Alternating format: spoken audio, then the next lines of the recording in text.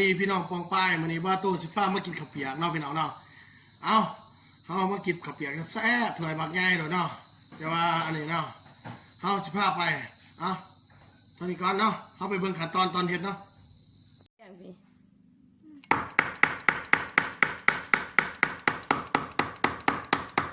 ขั้นตอนการเฮ็ดลูกศิษย์พี่น้องเฮ็ดในครัวพี่น้องเฮ็ดในครัวเฮ็ดลูกศิษย์มื้อนี้ฮะศิษย์เมนูต้มข้าวเปียกเฮ็ดในครัวกินมื้อนี้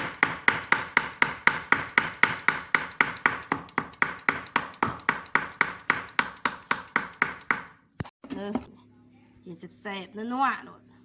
คือสิแซ่บคักอยู่ดอกพี่น้องเลยเพราะว่าลูกศิษย์เฮาก็เฮ็ดเองอิหยังเฮาก็เฮ็ดเองเบิดน้ำซุป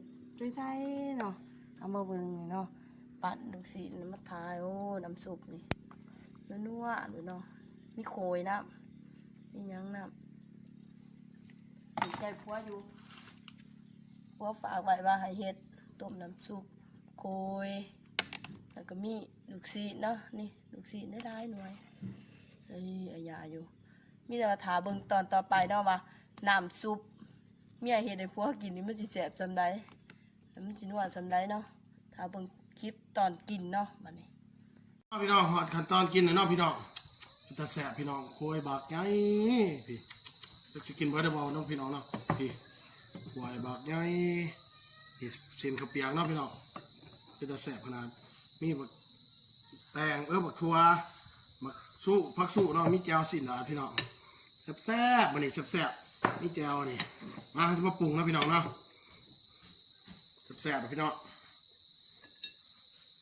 แซ่บเลยน้ำตาลน้ำพี่น้อง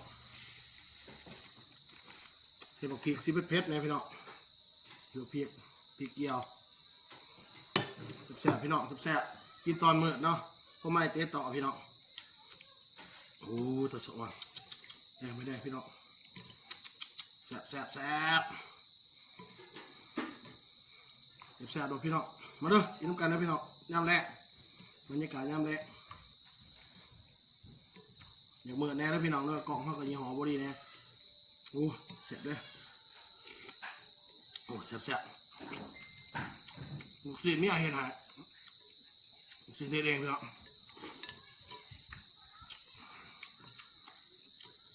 มากินกันพี่น้องคำภาษณาเดี๋ยวเนาะ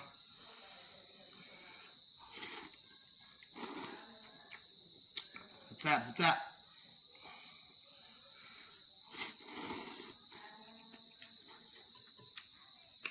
หอมพี่น้องฮะ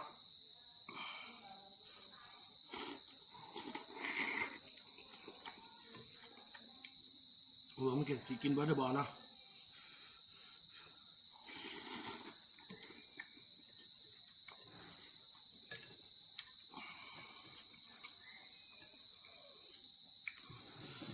ยาวเส้นหนานะพี่น้อง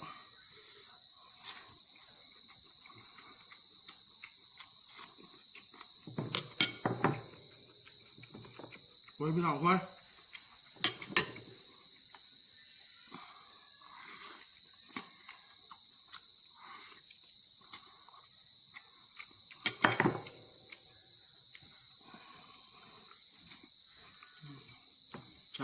ครับ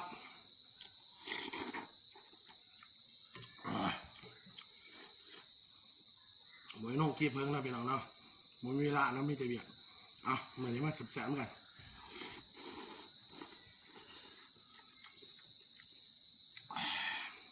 เดี๋ยวเมื่อไหนเด้อจะว่ากันพี่น้อง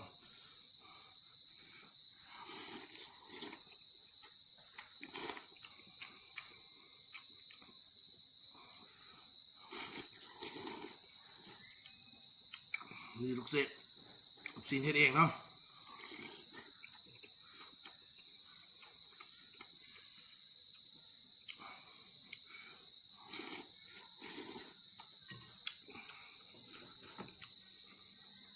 โอ้ยพี่น้องเจ้าโอ้มันแซ่บพี่น้อง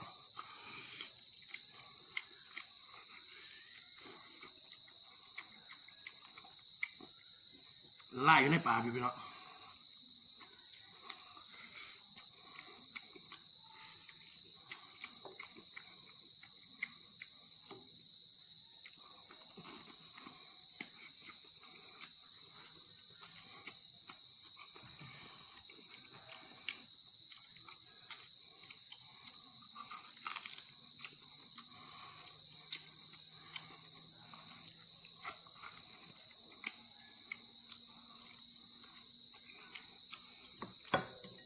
อ้ย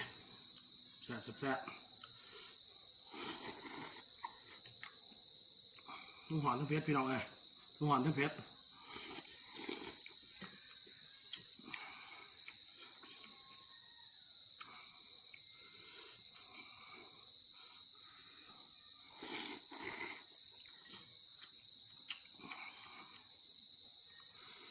โอ้ยเดี๋ยวบักสนายพี่น้อง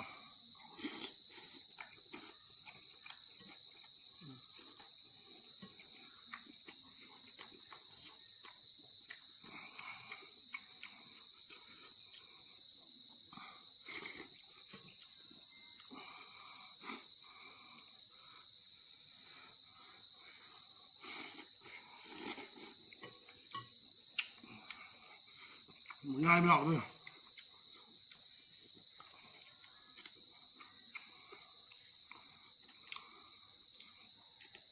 ดูจืดเปื่อย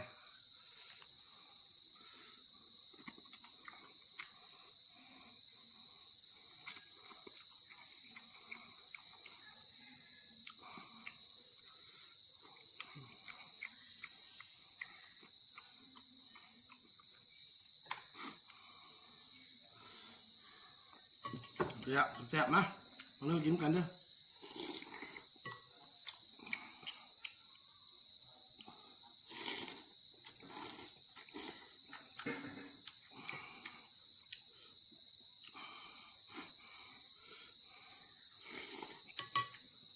น้องหมกตัวพี่น้อง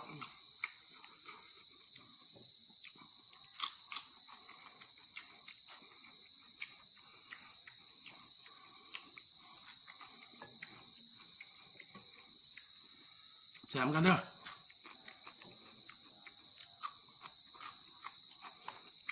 ง่ายพี่น้องสิเบิดอ่ะ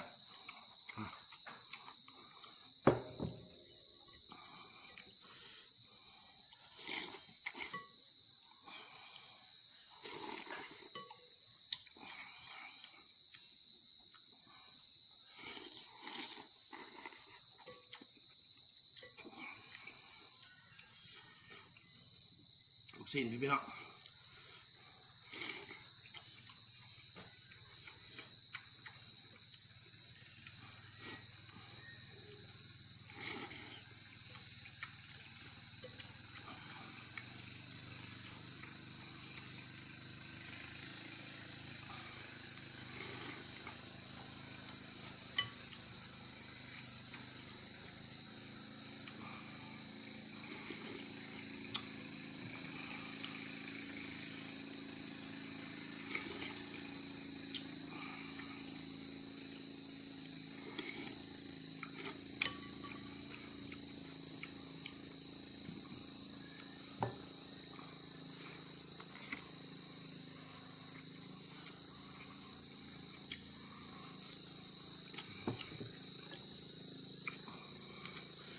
โอ้แซ่บแซ่บ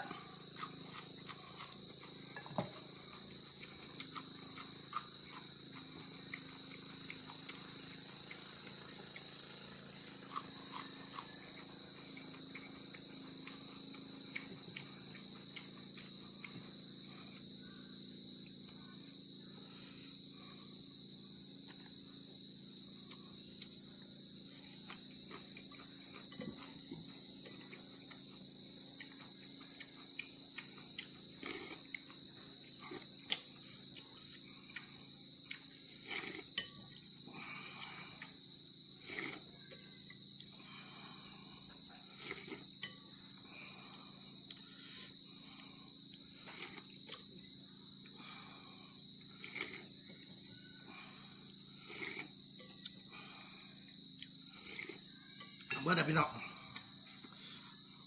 เอาที่ว่าบาตูชาแนลเนาะ